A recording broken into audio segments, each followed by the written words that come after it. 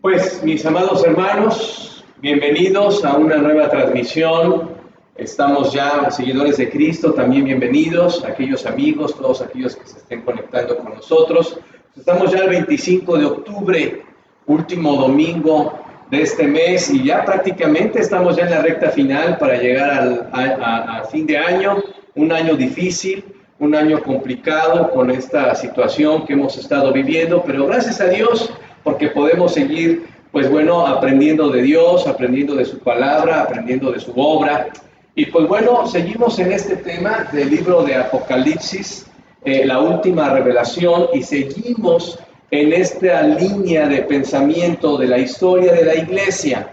Hemos abarcado ya bastante tiempo de varias iglesias.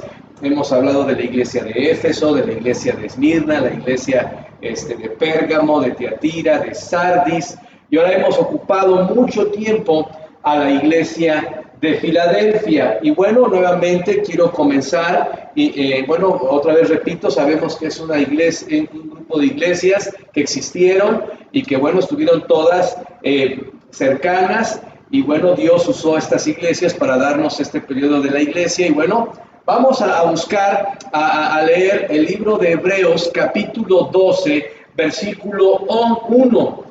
Hebreos 12, 1. Y vamos a ver qué nos dice aquí la palabra de Dios. Y nos dice: por tanto, nosotros también, teniendo en derredor nuestro tan grande número de testigos, despojémonos de todo peso y del pecado que nos asedia, y corramos con paciencia la carrera que tenemos por delante. Ahora, tenemos que entender que en el tiempo de la escritura, cuando se escribieron los libros, no existían los capítulos o versículos. Para nosotros ha sido un fin muy práctico tener la Biblia escrita en coordenadas, por decirlo así. Pero hago este comentario para entender que el texto, el 12.1, está conectado con el contexto del capítulo anterior. Este texto menciona como testigos, en realidad, a todos aquellos fieles que caminaron con fe, mencionados en el capítulo 11, que caminaron con fe en este mundo, cumpliendo los propósitos de Dios. Testigos que hoy nos miran desde el cielo, viendo nuestro andar por fe. Sin embargo, esa lista de testigos sigue creciendo. Como veremos, la vida de otros testigos que han dado su vida por fe en el tiempo de este hermoso periodo de la iglesia Filadelfia. Seguimos hablando de la iglesia Filadelfia, la iglesia misionera. Y ahora ya, sexta transmisión.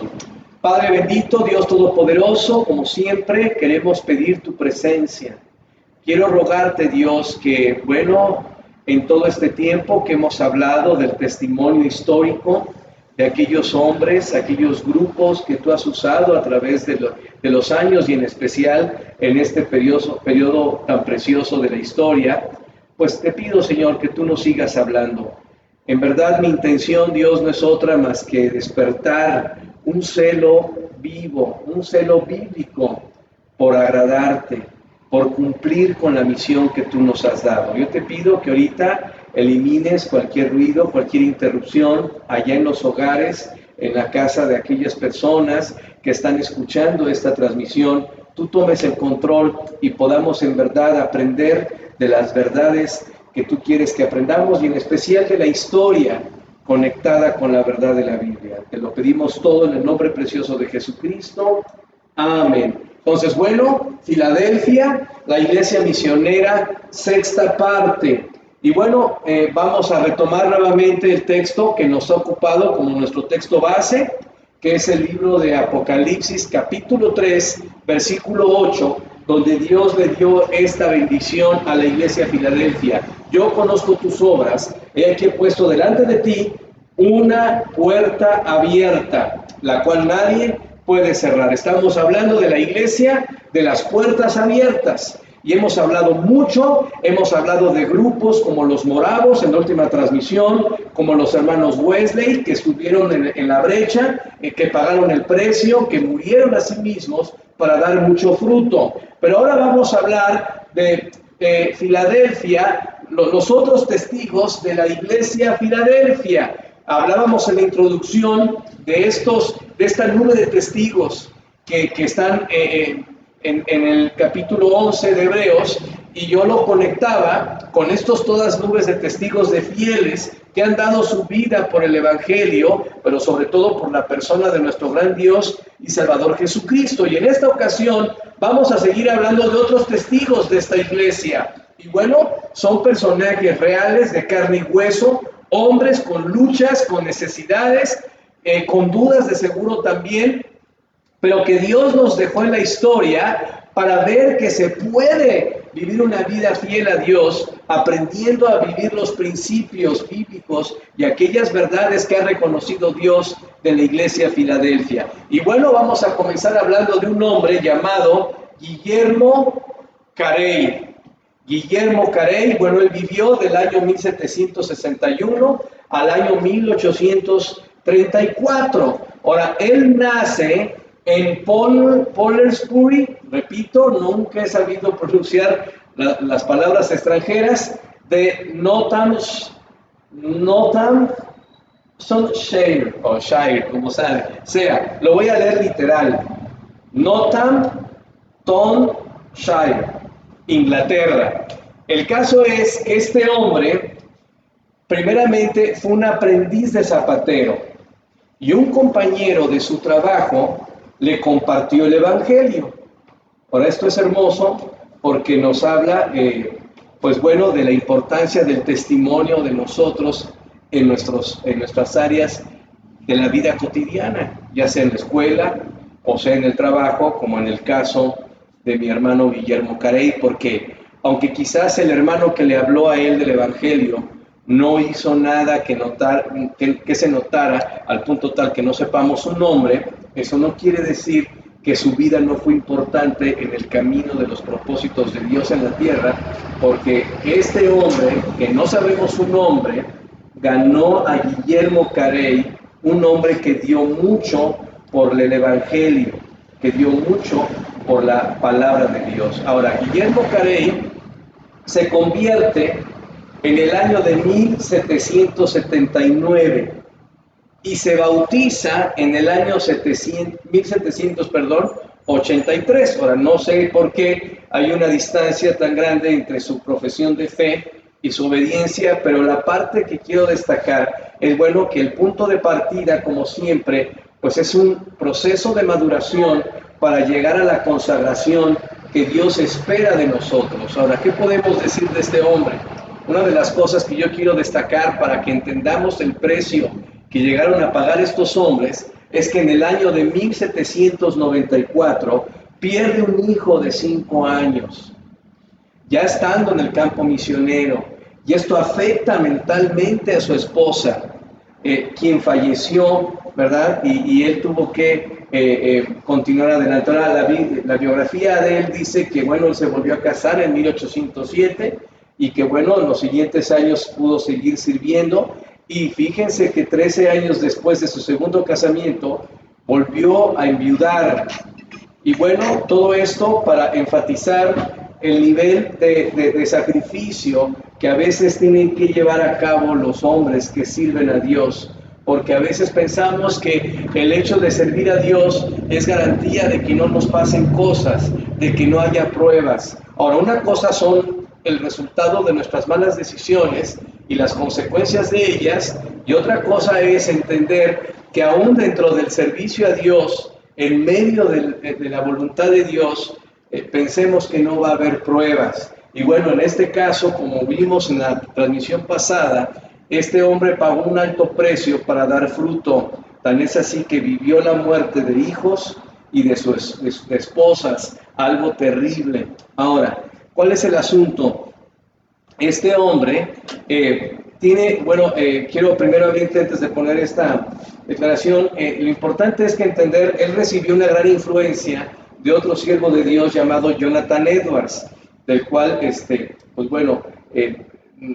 veremos. Pero el asunto es que en 1792 publica la obra una investigación en cuanto a la responsabilidad que los cristianos tienen de usar medios para la conversión de los paganos. Ahora, es una frase muy larga, pero la voy a repetir. Él escribe su obra, una investigación en cuanto a la responsabilidad que los cristianos tienen de usar medios para la conversión de los paganos.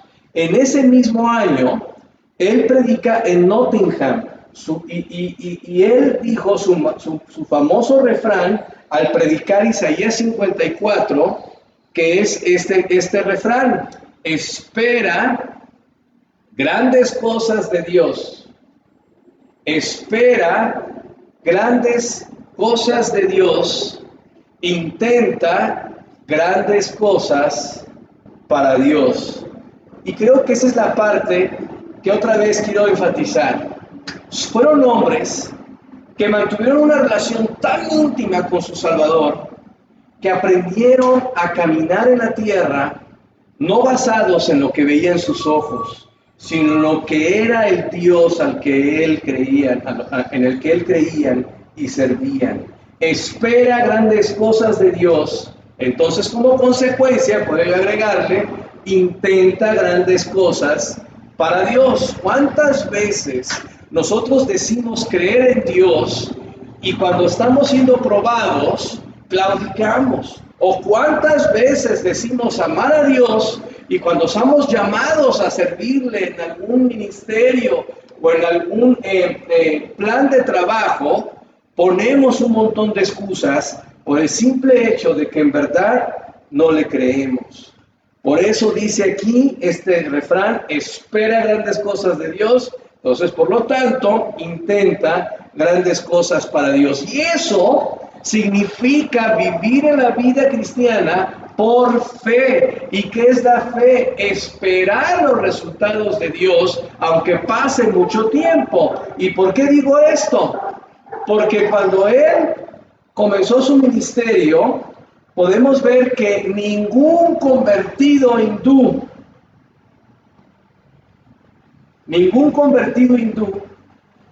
llegó hasta 7 años después. Él fue misionero a la India, creo que eso no lo comenté. Y bueno, en este caso, en este llamado tan grande que él tuvo a un país tan politeísta, tan lleno, hasta el día de hoy es un país con un montón de problemas espirituales, vemos que este hombre, cuando llegó, tardó 7 años en ver la conversión de una persona. Es el hombre que dijo que nosotros esperáramos grandes cosas de Dios, entonces intentáramos grandes cosas para Dios. Entonces era un hombre que sabía que su Dios era grande, todopoderoso, y por eso él actuó por fe, y aunque no vio los resultados a corto plazo, mantuvo su fidelidad hasta ver los resultados por primera vez en 7 años, después de 7 años, y fue en el año de 1800 que él vio el resultado. Ahora, ¿qué podemos decir?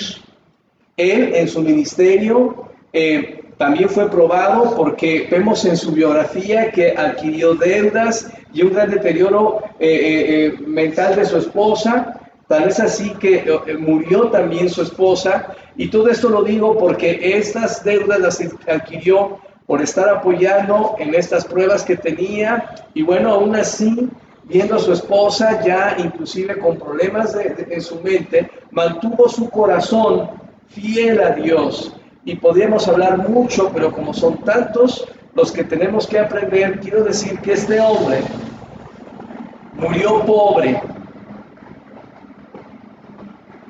a pesar de haber recibido mucho apoyo misionero, hablando económicamente. ¿Pero por qué murió pobre? Porque siempre invirtió ese dinero en la obra misionera. Este hombre, viendo su vida de gran sufrimiento en la India, viendo la cantidad de años que tuvo que esperar para dar fruto y viendo, ¿verdad?, todo el sufrimiento que él vivió, hasta el día de hoy, él es considerado el padre de las misiones modernas. Guillermo Carey es considerado el padre de las misiones modernas. Y como lo dije en una transmisión pasada, él era un misionero bautista. Ahora, como consecuencia directa de su fidelidad, se fundó la Sociedad Misionera Bautista, la primera organización misionera internacional. En 1793 navega rumbo a la India y pasó allí el resto de su vida testificando de Cristo. Fundó iglesias, tradujo el Nuevo Testamento al bengalí y supervisó 6 traducciones completas y 24 parciales de la Biblia. Es un hombre, ¿verdad?, que vivió en carne propia lo que fue el evangelio predicado con un alto precio. Él proclamó el evangelio también y animó a los de la India a proclamar el evangelio por ellos mismos. Y como dije, suelen llamarlo el padre de las misiones modernas.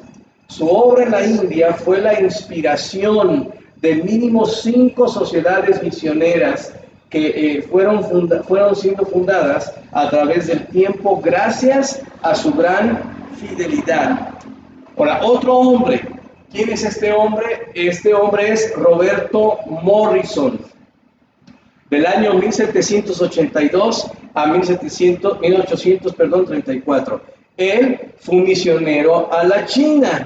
Ahora, pareciera algo mínimo, pero él pasó 35 años traduciendo la Biblia, King James, al chino. ¿Y por qué lo menciono? Porque es lo único que voy a decir de él. Podemos a veces pensar que cuando Dios habla de la consagración y de la vida de estos hombres de la iglesia de Filadelfia, tenemos que hablar únicamente de grandes cosas y grandes hazañas. No, tenemos que hablar de hombres consagrados, que aunque quizás no se notó mucho lo que hicieron, el fruto de que ellos entregaran sus vidas, lo tomó Dios y se glorificó, porque este hombre fue usado por Dios para poner la Biblia al idioma del corazón de este país de China. Eso es lo que hizo este hombre. Otro varón de Dios, otro hombre es Francisco Gardner. Este hombre vivió de 1795 a 1851. Él, ¿qué hizo? Él ministró en las Islas Pitman, hoy conocidas como las Islas Malvinas. ¿Y qué podemos decir de este hombre? Que en su ministerio y en su entrega murió de inanición. Murió por la causa en una condición terriblemente triste desde el punto de vista humano. Estoy tratando de poner estos ejemplos y escogí estas personas para que vayamos queriendo, y como lo he dicho desde antes insistentemente, queriendo encarnar lo que implica vivir una vida de un cristiano que dice ser de la iglesia de Filadelfia. Otro hombre, Roberto Moffat, de 1795 a 1883. Él fue misionero a Sudáfrica y nació en Ormiston, Haddingtonshire, otra vez un nombre medio difícil para mí de pronunciar, el 21 de diciembre de 1795, de padres con pocos recursos. En 1814 se ofreció a la Sociedad Misionera de Londres y en 1816 fue enviado a Sudáfrica. Entonces, bueno, lo que estamos tratando de ver es cómo, ¿verdad? Dios fue preparando el corazón de este hombre para llevarlo a un lugar bastante difícil para trabajar en la siembra del Evangelio. Entonces, este hombre, Roberto Moffat, fue un misionero a Sudáfrica y luego de pasar un año en una ciudad con un jefe africano a quien él ganó para Cristo. Llegando allí, ¿verdad? Moffat retornó a la ciudad del Cabo en 1819. Contrajo matrimonio con una mujer llamada María Smith, y Roberto Moffat y su esposa María se establecieron en Curumán, entre las tribus Bechuana, que vivían al oriente del río Baal. Allí laboró como misionero hasta el año de 1870. O sea, imagínense, más de 50 años en una consagración increíble. Cuando finalmente regresó de mala gana a su tierra natal, siguió realizando viajes frecuentes a las zonas vecinas, llegando al norte hasta la región de Metabel. Ahora, él comunicó los resultados de sus viajes a la Real Sociedad Geográfica para poder dar testimonio de lo que él había hecho. Y bueno, él, estando en su descanso en Inglaterra, publicó una de sus obras para transmitir la importancia de la labor misionera. Tradujo, él en su ministerio, tradujo toda la Biblia y el progreso del peregrino al Sechawana, ¿verdad? Que era un dialecto de Sudáfrica. Ahora, Moffat, aparte de ser un gran misionero, también fue un hombre constructor, carpintero, herrero, jardinero y granjero a la vez. Todo esto, repito, lo vuelvo a enfatizar para entender que la vida de los hombres de Dios son vidas multifuncionales, donde en verdad la verdadera consagración y el impacto se va a dar no por lo que hacemos de forma dedicada, de forma religiosa, sino lo que hacemos de forma natural a través de nuestros dones y talentos que Dios nos ha dado. Y Dios está esperando que hombres y mujeres se entreguen a Dios con esta actitud. Por medio de preceptos y ejemplos, logró convertir a una horda de salvajes sedientos de sangre en un pueblo que apreciaba y cultivaba las artes y hábitos de una vida civilizada. También aprendió el idioma de ellos para hablarles y escribir cosas de la Biblia en su idioma. Ahora, este hombre tuvo 8 hijos. 3 de ellos, lamentablemente, murieron en el campo misionero, pero 5 de ellos continuaron su obra. Por influencia de este hombre es que su yerno, David Livingstone, tomó la obra siguiente en África.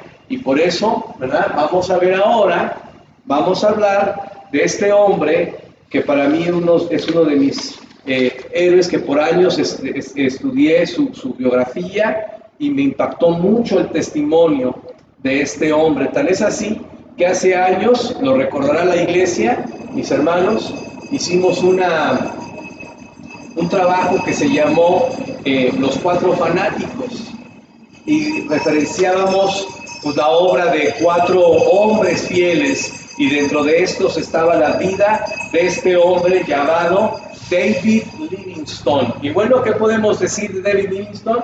Él vivió de 1813 a 1873, o sea, 60 años. Ahora, ¿qué pasó? Este hombre nació en Escocia,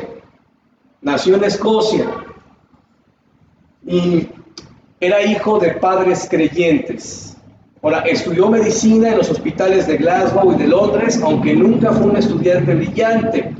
Sirvió, hablando de su ejemplo, de su forjación, de su preparación, en su carácter de siervo, ¿verdad? Sirvió de 1841 a 1856 en la Sociedad Misionera de Londres, bajo la dirección de Roberto Moffat. Hizo muchos viajes de exploración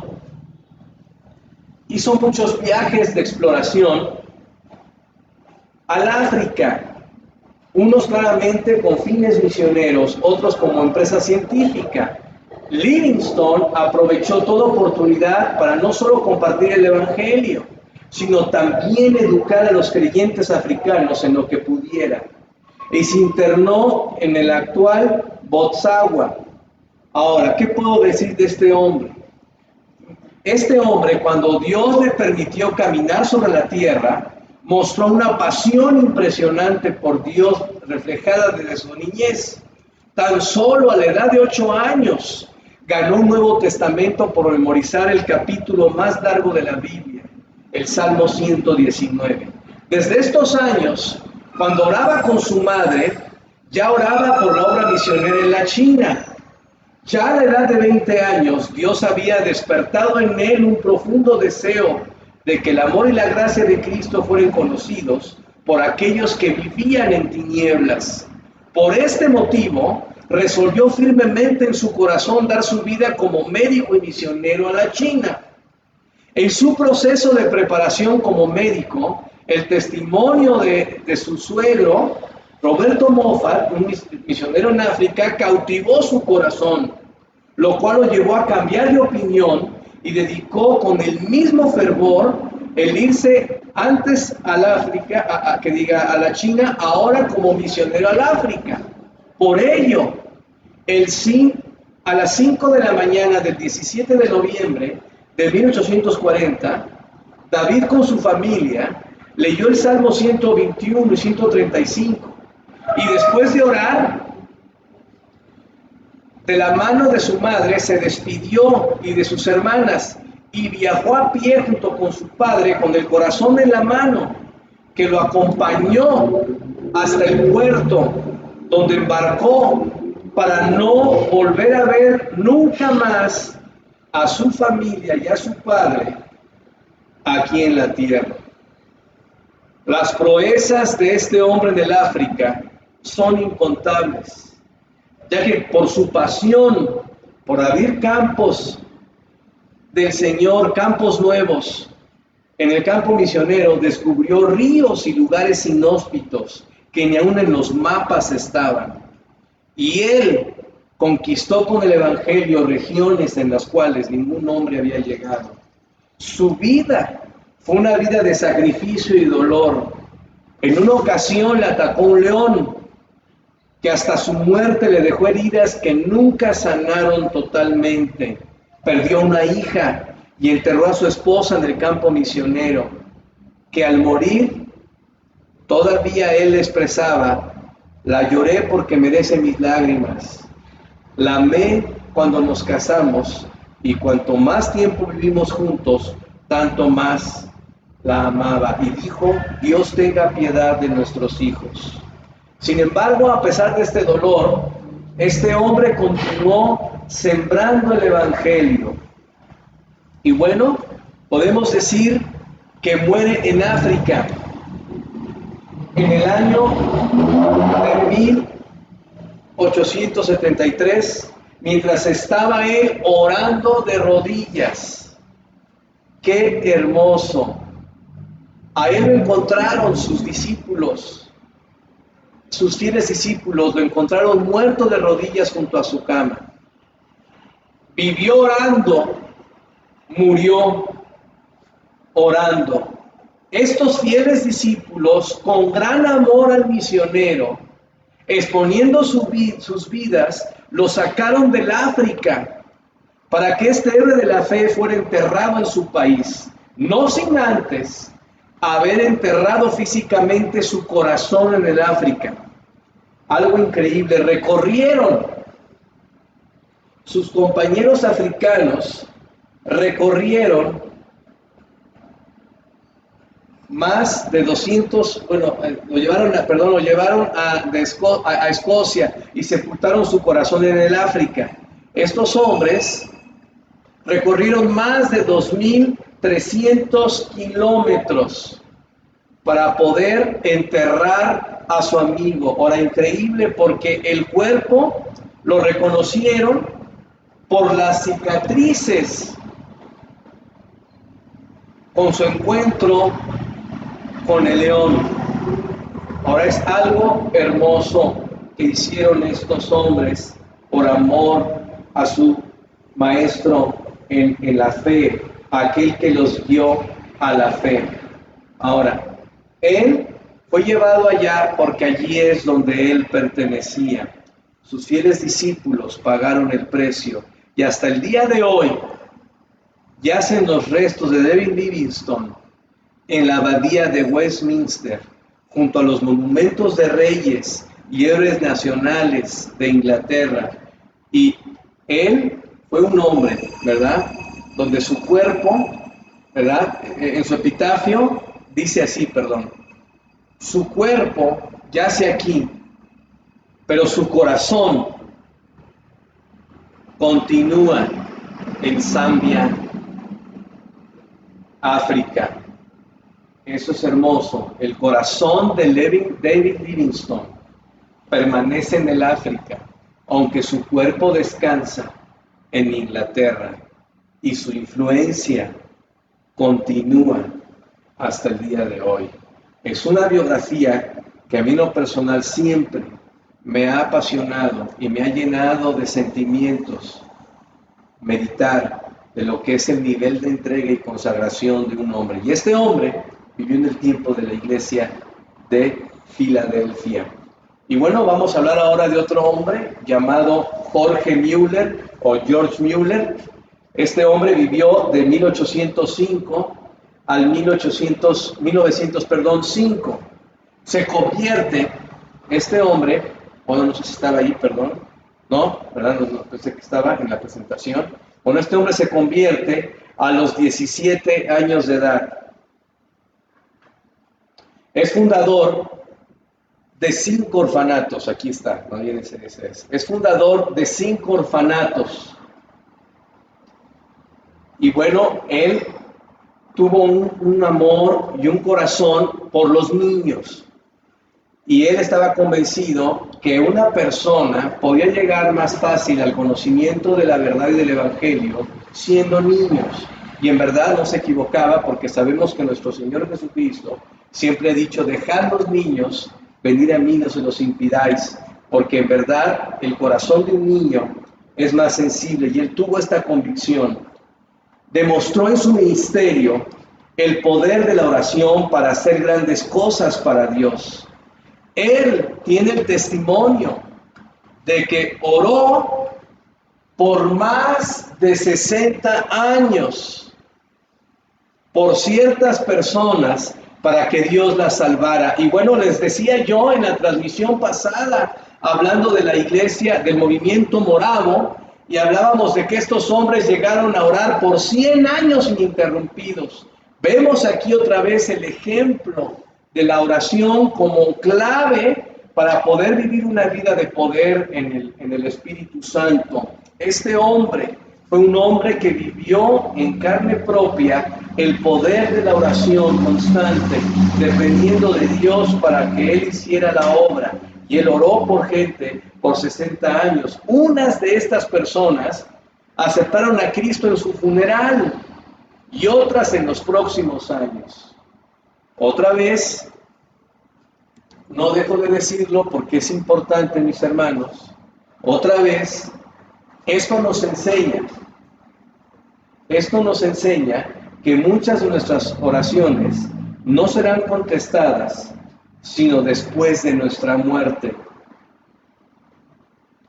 A veces nosotros estamos orando 1 mes, 2 meses, y ya esperamos que Dios responda a esa oración, y no entendemos que la Biblia nos enseña que la fe es la certeza de lo que se espera, la convicción de lo que no se ve. Y hay hombres fieles en la Biblia como Noé, como Abraham, que esperaron años para recibir una promesa en sus vidas. Este hombre, Jorge Müller, esperó 60 años, y vemos que muchas de esas personas que él esperaba que conocieran al Señor aceptaron a Cristo en el mero funeral, y otras el próximo año. ¿Qué nos enseña? Como dije, que muchas de nuestras oraciones serán contestadas después de morir. Aquí la enseñanza es entender que nuestra vida debe de ser una fiel vida de oración. La vida de oración es importante. Y Jorge Müller, un hombre de oración. Y bueno, vamos a ver a otro hombre, a otro siervo que aprendió a dar su vida por la causa, pagando un precio muy alto. ¿Quién es? Es Hudson Taylor. Él vivió de 1832 a 1905. Él se convierte a los 17 años de edad. Y aunque a sus 4 años, fíjense lo que él dijo, él a sus 4 años dijo: cuando yo sea un hombre, voy a ser misionero a la China. Fíjense, como niño, aunque él acepta a Cristo a los 17 años. Y bueno, en realidad esta carga en su corazón, Dios la fue madurando, porque en realidad él fue misionero a la China.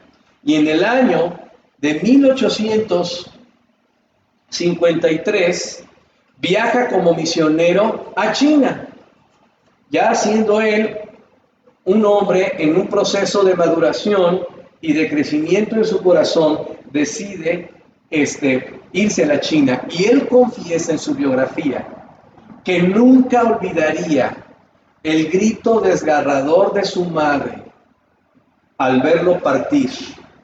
Su viaje para llegar a la China tardó 6 meses en llegar a Shanghái. Se casó con María en el año de 1859. Este hombre, como los otros siervos de Dios, y lo repito mucho, sufrió gran parte también en su vida personal por dar estos pasos de servicio. Él perdió a su hija Grace. Perdió a su hija Grace a los escasos 8 años. En 1870 muere un hijo recién nacido, y a los pocos días su esposa de 33 años fallece. Ahora, cualquiera podría decir: ¿cómo es posible que un hombre que está dedicando su vida a Dios, que ha decidido consagrarse a Dios, pueda sufrir tanto? Y la parte importante que quiero rescatar es decirles que no lo entiendo, pero yo sé que el Señor está dejando un patrón en donde la Biblia nos enseña que servir a Dios involucra dar la vida confiando en que el Señor va a glorificarse aún en medio de nuestro dolor. Y vemos que este hombre, contrario a lo que podríamos pensar de que se sintiera defraudado o víctima de su sufrimiento, él mantuvo su pasión por servir al Señor Jesucristo a través de esta nación de China. Y él entregó su vida por servir a Dios a través de ellos. Ahora, bajo el patrocinio de la Sociedad para la Evangelización de China, este viaje lo hizo primera vez a través de esta sociedad, pero no prospera por discrepancias en la organización y finanzas. Sin embargo, después de que tuvo que regresar él a su país, Taylor regresa, estudia medicina a Inglaterra y luego regresa a China.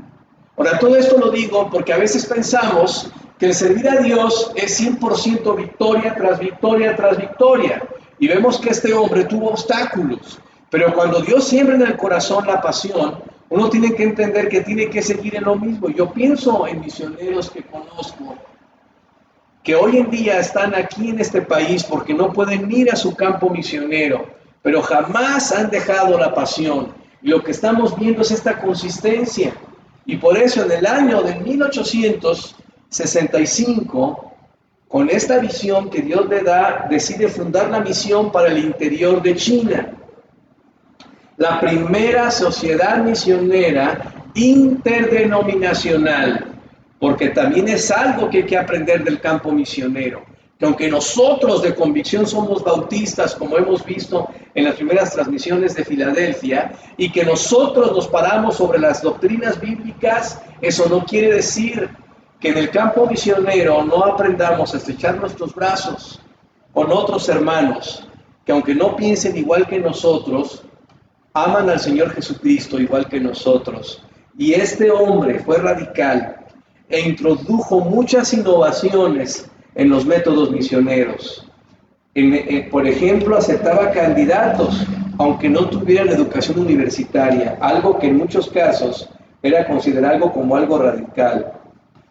Y algo también muy radical es que él insistió en identificarse con la gente de China, al punto de vestirse como uno de ellos. Es algo radical porque muchos misioneros, hay que reconocer que aunque salen de su país de natal y de origen a un campo, y aunque aprenden el idioma, a veces traen su bandera nacional detrás de ellos y eso perjudica la obra porque no penetran la cultura.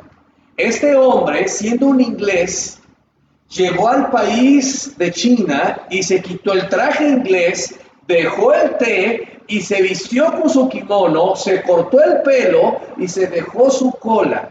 Algo que provocó conflicto aún en aquellos maduros de Inglaterra, servidores de Dios. Pero este hombre, inspirado por el ejemplo de otros que consagraron su vida, aprendió a vivir adaptándose y guiándose por el Espíritu Santo, practicando lo que la Biblia dice, que nos tenemos que hacer débiles a los débiles para ganar a mayor número.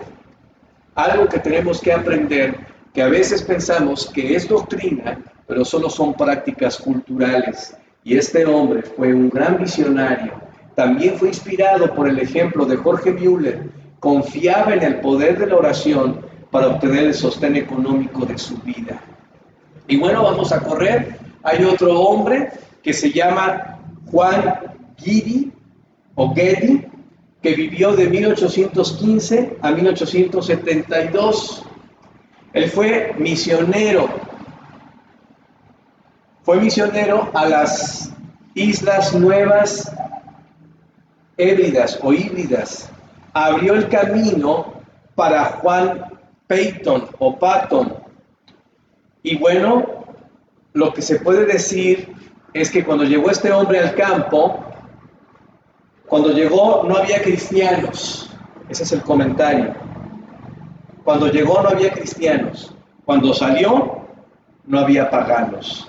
Hablando de la entrega y denuedo de estos fieles. Y bueno, por último, vamos a hablar de otro hombre que bueno, en este caso no fue un misionero, pero que tengo que considerarlo porque fue un hombre que aunque no llegó al campo, a través de su denuedo, talentos y entrega, Dios lo usó poderosamente. ¿Y quién es este hombre? Pues es Charles Haddon Spurgeon, que vivió de 1834 a 1894. Ahora, como dije, este hombre no fue un misionero, pero fue un gran pastor inglés. Este hombre se convierte en enero de 1850, escuchando la predicación de un metodista.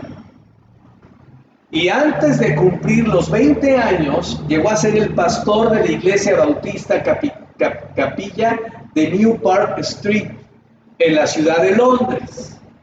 Spurgeon rápidamente adquiere una fama por su predicación directa, fuerte y algunas veces casi irreverente.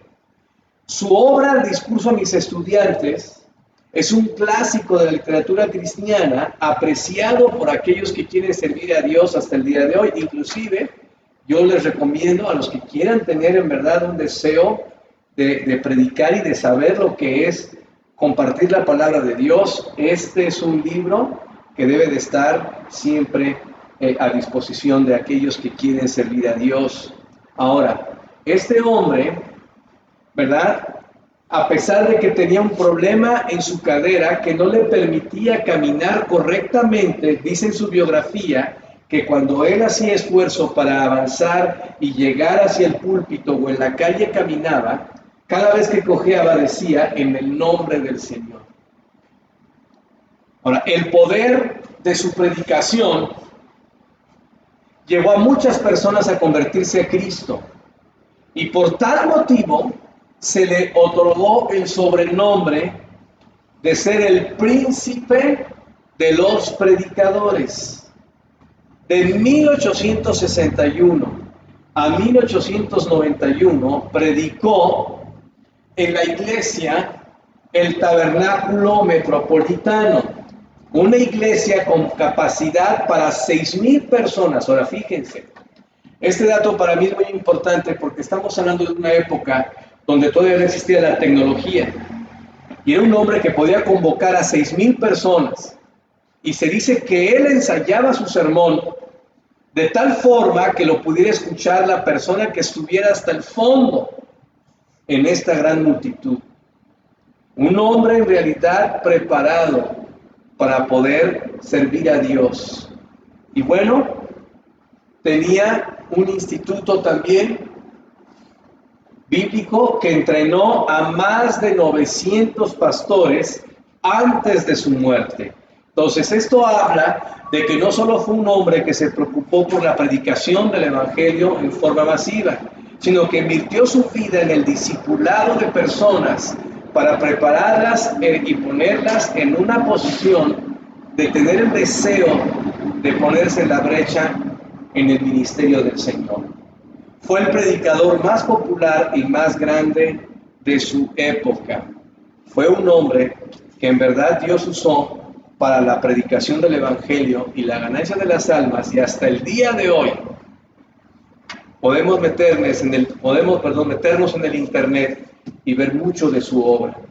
Y bueno, para terminar, repito, yo sé que he hablado quizás de un tema un poco árido para algunos, porque estamos hablando de historia, pero mi intención ha sido poder poner ejemplos prácticos de la historia de la iglesia de Filadelfia, de hombres y movimientos que aprendieron a encarnar lo que Dios define como hombres que son testigos fieles y verdaderos y que Dios usa para poder tener puertas abiertas. Así que para terminar, Guillermo Carey, David Livingstone, Charles Spurgeon, Hudson Taylor y otros más son grandes héroes de la fe de la iglesia Filadelfia, la iglesia misionera. Son hombres que hasta el día de hoy han dejado un legado que perdurará hasta la eternidad. Hoy tenemos la oportunidad de ser inspirados por ellos y seguir sus pisadas. Y mis amados hermanos, estamos ya en la recta final de esta biografía. Me falta todavía quizás una más. Pero quiero yo animarles a que podamos en verdad meditar sobre el alto precio que pagaron estos hombres por agradar y servir a su Señor y Salvador.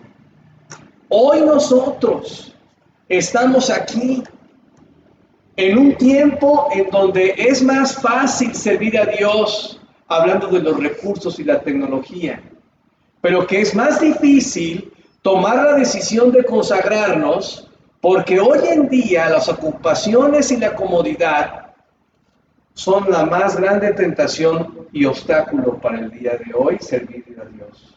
Pero hoy, mis hermanos, quiero animarles, seguidores de Cristo, amada iglesia, a en verdad ver que en medio de esta pandemia podemos poner el ejemplo de pagar el precio de servir a nuestro Señor, entendiendo que en el proceso el Señor va a glorificarse, confiando en sus promesas, aunque hoy por vista pensemos que nos faltan muchas cosas.